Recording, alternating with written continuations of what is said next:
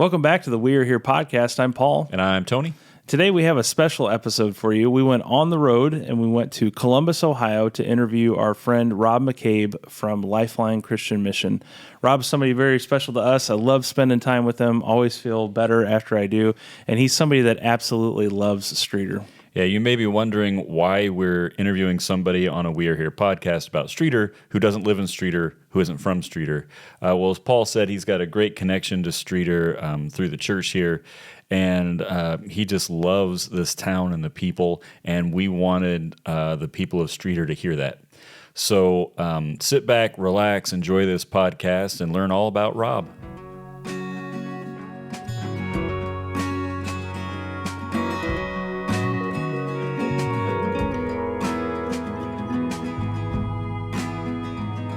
Welcome back to the We Are Here podcast, and we are here. We're there. We are there and Westerville, here. Ohio, with We are our, both here great and there. friend Rob McCabe, or Ron McCabe, or Rob McCabe. whatever other name sounds close to that. Yeah. Inside jokes. Yes. But Rob is with Lifeline Christian Mission, and so we are so excited to be here with you for this kind of special episode of the We Are Here podcast. And so Tony and I, of course, we made the trek here, had some great barbecue earlier, which was fantastic. City Barbecue, thank you very much. City Barbecue in Westerville, Ohio. Yes, and so we're excited to be here at the center with an RE. Center of it all. Just talking stories and telling about community, talking about community today, really, and the impact that Lifeline Christian Mission has. And so, Rob, we're so glad to partner with you for several years. I think it's been 6 or 7 years now that maybe I believe it's been 7. Central has been partnering with Lifeline, and you've always expressed how much you love coming back to Streator. I do, and so that we thought was a good connection for the podcast, just to talk a little bit about that. But also, you've traveled around the world, around different places across the globe, and you have an understanding of the importance of community. And how it impacts the lives of those who are battling poverty and hunger, especially, and how really community can help overcome these obstacles through the good work that's done with people striving to do good things in the world. Sure. So we're excited to have you. Lifeline, of course, is on a mission to spark a life on mission for God. Everyone, everywhere is the slogan, right? Our vision statement. Yes. As well. And so we see that, how it lines up with us. So welcome, Rob. Thank you. Thanks for joining us. We'll just start off. Tell us a little bit about yourself. Tell us your story. Where you're from, where you were born and raised, and how'd you end up in Westerville? Well, you know what? If this was airing in Columbus, Ohio, I couldn't tell you where I was born because this is the home of the Buckeyes. Oh. But I was born in Michigan. Okay. So I have to always root a little bit for Michigan. That's okay. We're from Illinois, so we don't like either one. Yeah, we don't like either. That's right. That's right. There's some positivity for you. Some good. Yeah, but I was really an Ohio boy since third grade. Nice. On with a brief venture into Yonkers, New York. Oh, wow. So anybody from Yonkers out there? Yeah, we can get into that later maybe. But New York. Yeah. Yeah. But I went to high school in Hudson, Ohio. Great place for families, great memories. I went to Kent State. Oh, wow. Okay. All right, yeah. And then been in Ohio most of my life and was in sales. You know what? I graduated from Kent State with mass communications, which was radio and TV broadcast. Okay. Radio and TV broadcast. There you go. Time there and it is. Yeah. And I was in radio for 12 years. Wow. Writing and recording radio commercials, and then got into sales for the bulk of that 12 years because I realized that's kind of where the money was, but I could make money and still be creative and write commercials for those clients that I had. Yeah. Wow. I did not know that, Rob. Yeah. There you go. You And the reason I was in sales twofold. Once was because my father was in sales, and I thought this would be a great way to impress him, follow in his footsteps. But then I just care about people. And so truly customer service minded. I didn't care so much about the money as I did about fulfilling people's needs. That's great. I know it sounds kind of cheesy, but it's the truth. I honestly, though, as you're telling this, I'm like, yeah, I could see that. And you know, showing people that you care. That's Yeah, absolutely what you yeah. do here, and That's who I am. yeah. So came to Westerville. How'd you end up here? How'd you end up with Lifeline? Tell us a little bit about that. Yeah. Oh boy, that's going to be a neat story. You know? I'm going to go into it, and you can edit it if you want to. Please, no, tell us. And I'm going to give you guys a little precursor. Some of you people might think I'm crazy when I tell this story, but it's all true and it's all real. And so basically, what got me to Westerville was I was up in Northeast Ohio, right? And then I was in radio in Akron, and my father said, "Hey, would you like to come and work for me?" He was in a wholesale business selling to like sign shops and screen printers, like a hardware store to those places. And I thought, man, working for my dad, that'd be kind of cool. Or working with my dad, really. So he said, I want you to open this warehouse and sales office in Columbus, Ohio. And so I did. That's what got me down here. And life went on, and he said, do you want to buy the company? And I was like 7 years in, and I thought, you know what, I'm kind of a creative person, and I'm sorry, Dad, but I just don't think I want to buy the company. He said, okay, cool. I just needed to know because I'm going to go ahead and sell it and retire to Florida. And so he lived his dreams, and all that was great. And so I was thrown out on the streets. And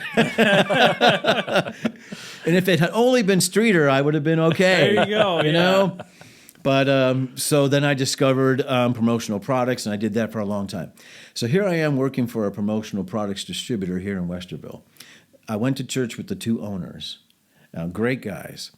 And they were about to offer me, I'd been there a year and a half as in business development, and they said, hey, we want to give you this really lucrative sales list.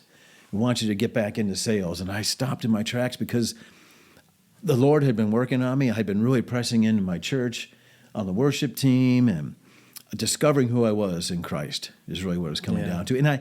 And I realized in my heart of hearts that I think my spiritual DNA, I should have been a pastor. And to this day, that I stand by that. I think that's really where I should have been. And I can tell you, I grew up Catholic until high school. I left, but that's why I never aimed for ministry, because I wanted to have a family too. And I thought, well, I guess that's not going to happen.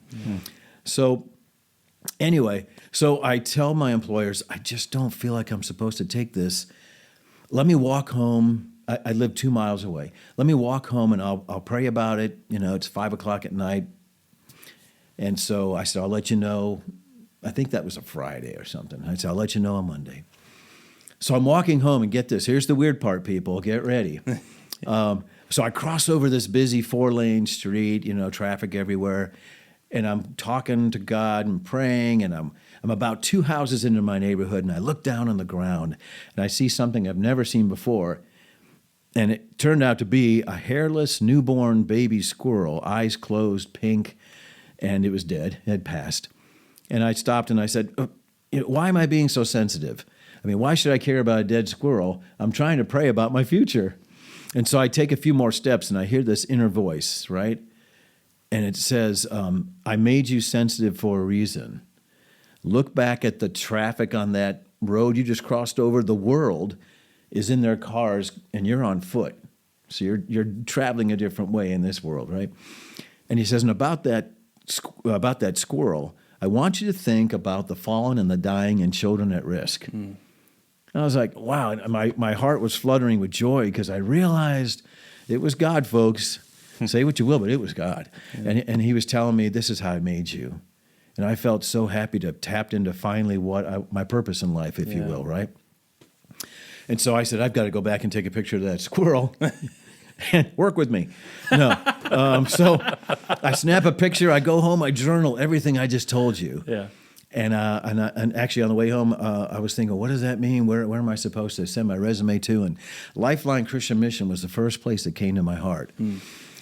And so anyway, what got me to Lifeline was I called the office when I got home, but nobody answered because it was after 5. So on Monday morning, I guess it was, I called. And anyway, they said, well, our founder, the guy you want to talk to, is in Haiti right now, but send him an email. I sent him an email. He says, I know who you are because I go to your church, but I'm usually out of country, so that's why you don't know me. I'd love to have you on board, but we don't have any openings right now. So I told my employers that, and they said, okay, well, you're not going to find it here, so we're going to boot you out, but we're going to give you a severance for a month, which we don't do for anybody, and God bless those guys for doing that. So it's August, and a long story short is I did, some odd jobs for a year. but I taught at a Christian school for a year. I mean, here's another story. Can I share it? Sure. I mean, this please is do. so God, right? So I'm sitting in my church's global cafe on Monday morning. Every weekday morning, that was my office, and I'm sending out resumes to everything that fits that mold of, okay, faith-based, right? Fallen and dying, and then children. Okay, so does Ronald McDonald House qualify? I don't know, But I was sending it out to Compassion and World Vision and all these rejections, right? Or no openings right now kind of thing. And I get up, stretch, I go look at the bulletin board. There's this little card up there, and it says, we're looking for someone to give our high school son a ride to and from high school, and we'll pay you each way, and you can use our car. And I thought, well, there's a little bit of extra money for my family. I knew the family, they knew me. Life was good. About 2 days in, I'm dropping him off at school, and I stop, and I say, well, this is a Christian school, and all kids are at risk. This is 8th and 9th graders, definitely faith-based. I called the principal. I said, can I come in and tell you my story? He said, come on in. You'll meet with me and the assistant superintendent. So by then, it must have been a week later or so, and it's a Monday. I remember it was a Monday morning. I'm meeting with them. I told them the whole story I just told you guys, right? And they're listening intently, and they said, well, what would you teach? Have you ever taught before? And I said, no, just, sales training and Bible studies. What would you teach? I said, well, American history is my favorite subject. You would think their jaws almost dropped open, and they looked at each other, and they said, the American history teacher, it's 6 weeks into the school year now, Yeah. the American history teacher just up and quit without notice on Friday. So they plugged me in. They supervised me or, watched me until Christmas and said, can you stay the rest of the year? I said, as long as Lifeline doesn't call, I'm yours. It was the greatest year of my life. Yeah. It was the greatest faith walk. And so it was fantastic. And then Lifeline called the next summer before I would return to be the teacher. And that was in 2015. So Wow. 8 years now. That's amazing. Glorious journey. Yeah, I love it. I love that story. Thanks for listening. So you may not remember. You actually shared that with us. Okay. With me anyway. Okay. And I love that Good. story. The squirrel part is especially that's my favorite. God can speak in any way. He can. chooses. Exactly. Yeah, So yeah. that's incredible. Yeah. Thank you so much for sharing that.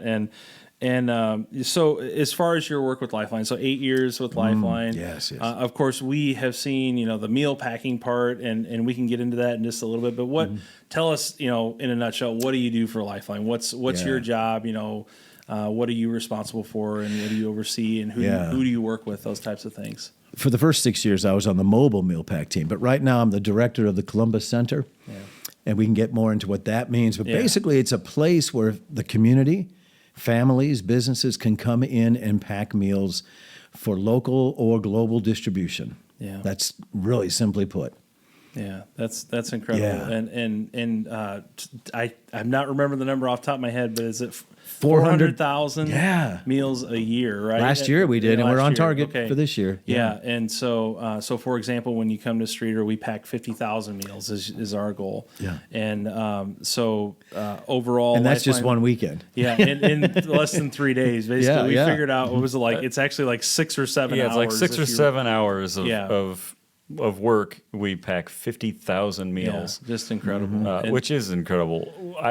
It's always, when we were initially bringing Lifeline on, we started, I think, with 12,000 meals the first year, because there's a price tag attached to it. True. There's a cost to get There's the a ingredients. cost to get the ingredients and all that, which we gladly pay. But so we also didn't know how it functions, how it works, or anything. So 12,000 sounds pretty intimidating. Like, right. How long is this going to take us? Right. So we brought them. We brought them in, and you were the first. You were on the mobile meal pack team then, and you were the first guy that came. And from the second you showed up, it was like we just connected. There was an immediate bond. Like an immediate bond, and we loved it. And I love selling meal packing is not hard. Yeah. Because it's such an immediate thing, and so many people can do it. It doesn't. You could have a handicap. You could be young. You can be old. There's something you can do to help pack these meals, which is what I love about it. And you get to, hang out with Rob, which Yes. is Yeah, I mean, the best part. We do say that. It's all ages, all abilities. And it's true. It truly is. Yeah. My daughter loves to weigh. That's my favorite That's position, her too. favorite position Yeah. in the U. So if you've ever seen meal packing, everything's set up in a U shape, and so which the process is, right. There's It's an assembly line. It's an assembly line, and so all the ingredients go in the cone, right, Funnel, into the bag in the funnel, and then it gets weighed, and then you kind of remove or add the rice at the end, and then it gets sealed and each put in the carton. bag feeds 6. If it's rice-based recipe, right. six Six- servings. Yeah, Six we've got servings. some of them right here. You can see those on camera, Yeah. of course. But so as far as abilities, like anybody can find something to do with this, and I love the center here. You've got it set up where you've got birthday parties that come Yeah, in. You've yeah. got you said like business meetings, staffs of businesses, Team- church groups, team building, yeah, right? Just fantastic. Anybody can come in and find a way to take part in this, Yes. and so we packed 50,000 meals, 400,000 last year here at the center, 11 million. Is that right? Yes, Last year yeah. for all of Lifeline Around the that have world, gone all over 33 the world. countries. Yeah, just incredible. And that's just the surface. So there's, I'm telling it too much. There's No, I love schools, there's educational material that you Yeah. guys send out. So tell us a little bit more. What some home building? What are some of the other Beyond, things? beyond meals. Oh my goodness. So really, it's holistic, and that means we talk to a community. Yeah. We find out what is it you need, what is it you're missing, and so it usually begins with a church, but then it's a school, and then it's a clinic or some kind of medical care. And of course, food is an element in that as well. So, and then it's what are your dreams? How can we, economically empower people to have a career? Yeah. And people have become doctors, and they never thought they could be that. So they have dreams just like us. Every community has its dreams. Streator has its dreams, right? Grand Guave, Haiti has its dreams. I mean, we're all alike. We're all human beings, and we all have this desire to want to accomplish something and be who God made us to be. Yeah, absolutely. That's great to hear that vision, that holistic vision. I know that's so important to the ministry. So we've talked a lot about Lifeline, and so I just want to, before we get to the next question, I want to say that this is a little different. It is a little bit different, yeah. Because Rob, you're not from Streator. yeah, Correct. Yeah. So, and this is a Streator centric podcast, Yes. but like I shared earlier, there was such a connection the first time you came, and you're not on the mobile meal pack team anymore. Right. But we have requested from Lifeline, and I have requested. and he has requested that when we do a meal Yes. pack at the church, that you're the guy that comes. yeah, And so I know that there, as an outsider, not an outsider, but someone not from Streator, you have connected with us and the town in a special way.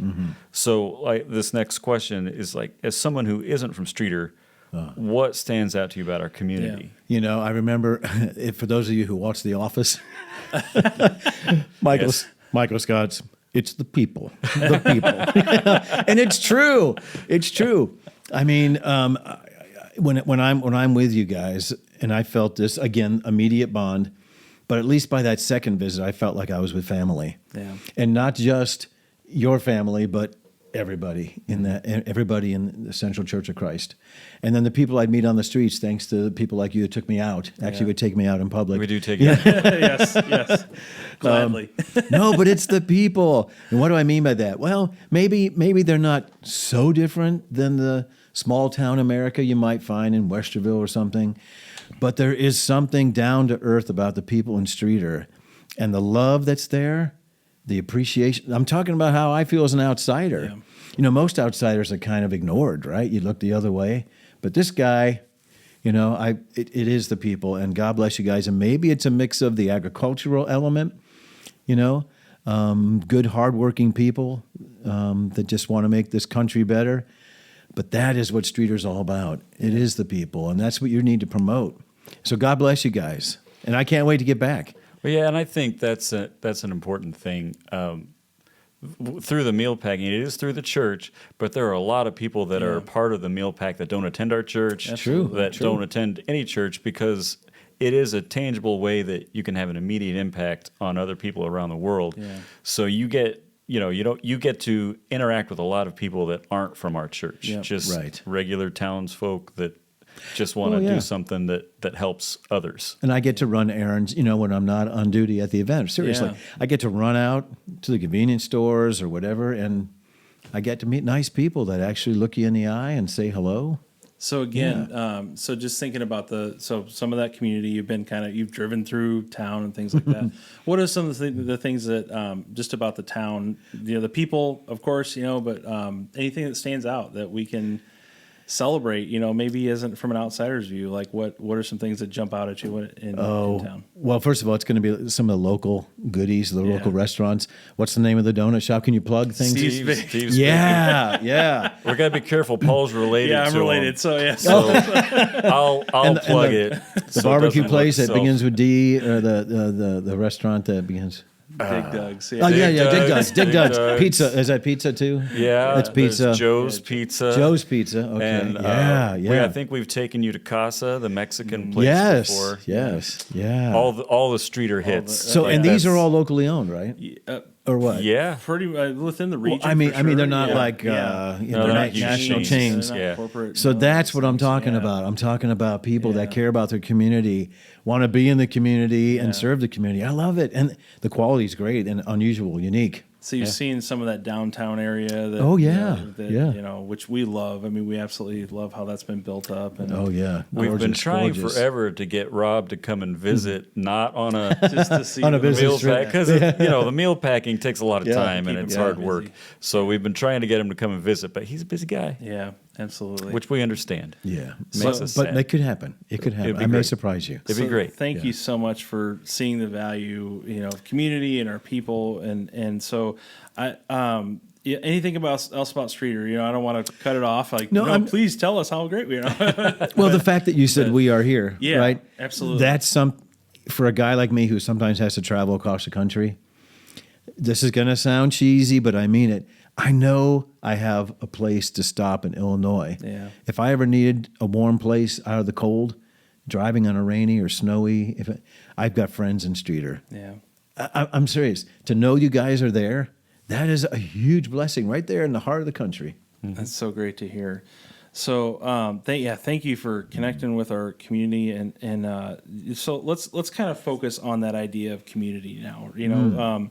So as far as a Columbus Center or a Streator, Illinois, there's power in coming together in community, and so. How can small communities, right, that like what we're from, how can we make a big difference in the world? Yeah. Whether it's Lifeline, and then explain how you've seen that work in your work with Lifeline. How have you seen small communities come together and make a big impact? Well, here's what's really cool. So if you look at a typical meal pack here, the diversity of people that come from, let's say it was Streator and greater Streator area. Mm-hmm.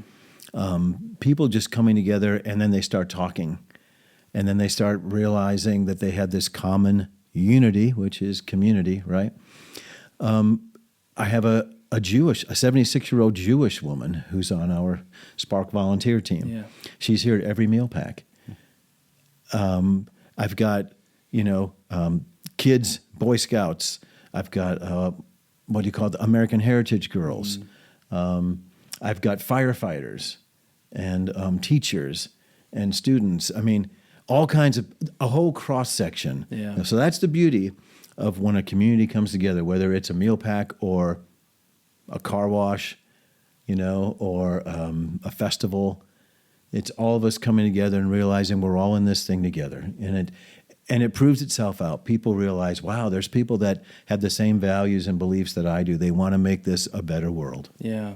Yeah, and you've, like we said, you've had the benefit of seeing that impact all over the world, right? Oh, yes, and so what are some of those needs that people have? We've talked today a lot about poverty and hunger, but what are some of those other needs? We talked about education earlier, and you did a great job earlier today just describing the impact that poverty and hunger has and that domino effect. Explain that a little bit, and then how we can help meet those needs. Yeah, remember that I think people want more than anything else. They want relationship. Yeah. So whether they speak your language or not, it doesn't matter. They want relationship. Whoa. They want relationship. I knew this would blow you away. So the thing about poverty is poverty brings down people. So, I mean, imagine if you couldn't provide for your family, right? Imagine the humility and all that. But there's a domino effect. So poverty brings down property values, and which in turn brings down neighboring communities. Education, you don't have the resources that maybe. So obviously, taxes help certain things, right? Well, your taxes are the amount you're bringing from taxes are lower because your property values are lower. So you can't afford a lot of things that other school systems can. And so health declines because you can't afford to buy the better quality food. And it's just this domino effect. So the people that live in poverty are really disadvantaged and need our help. I mean, in most cases, it's not their fault they're in poverty. Right. I mean, they were born into it, right? In most cases, they didn't give up at 8th grade on their education. Right. It's just the fact they live in this neighborhood, and then the crime is up. And so, they're getting endangered and killed and injured. Yeah. And so they're going to a hospital to get fixed that they can't even afford to pay the bill. Right. And so they get deeper and deeper in debt. So I say all that to say we can all play a part in rescuing our brothers and sisters that just weren't born into a more beneficial or privileged community as we were. And poverty takes all sorts of different forms, and of course these are needs that are being met even locally, right? This is not just not just overseas. There's poverty locally too, and it takes all different forms, not just financial. Yeah. And so what barriers or roadblocks do you see that keep communities us from meeting those needs and those different forms of poverty for the poor and hungry, but also just those different forms of poverty? What barriers and roadblocks are there? I mean, sometimes it does come down to governments and politicians not steering the money, not steering it in that direction. And a lot of times that's because there's no return on that, and that's just a tragic truth. But when it comes down to people, and I hate to be the people always asking for money, but really money is what organizations that's what the poor need. They need those resources to be funded so things can keep appearing into their home, right, to make their lives better. And so, like for example, with the meal packs, if people will keep donating, because we're 100% donation supported. We don't have usually don't have grants and things like that covering what we do. And so, if people just like you and I just continue to give towards the cause, guaranteed we can help mobilize and develop and empower the people out of poverty, or at least improve their lives and hopefully their education, their health care, right, their homestead, all the above. Yeah, and I think that counts for Lifeline, but also there's local organizations that need funding. Salvation Army. Yeah. We talked with Judy Booz. She heads the Salvation Army in our town, and there's just such a need, just in our own town, in the surrounding area. I mean, it just grows from us out to the world. Lifeline has the benefit of being able to have those contacts across the world that need help just as much as we do. But just the idea of always helping someone, I think, is a great place for anyone to be. Yeah, even on a personal level, if you see a need, meet it. If you see somebody that is short on winter clothing, just maybe I have an extra coat in my closet that I can give to the Salvation Army, the Rotary Club, or Boy, maybe on a side note, we're collecting coats for the Rotary Club. Yeah. We have sent so many coats to the to the Rotary Club, to the Salvation Army in the past 3 weeks. Yeah. It's been amazing. Yeah. And most of it is stuff people just had in their in their closets, Sure. Yeah. taking up space. Yeah, the local schools have pantries for things like that, and there's in all the all those things are a need, and it just helps lift the community up, right? Yeah, I always want to speak one more comment on that too. Yeah. And that is, it's okay if you hand people your hand-me-downs, but if you can actually give them something new. Sure. I mean, go out and buy new shoes and buy new pants. Yeah.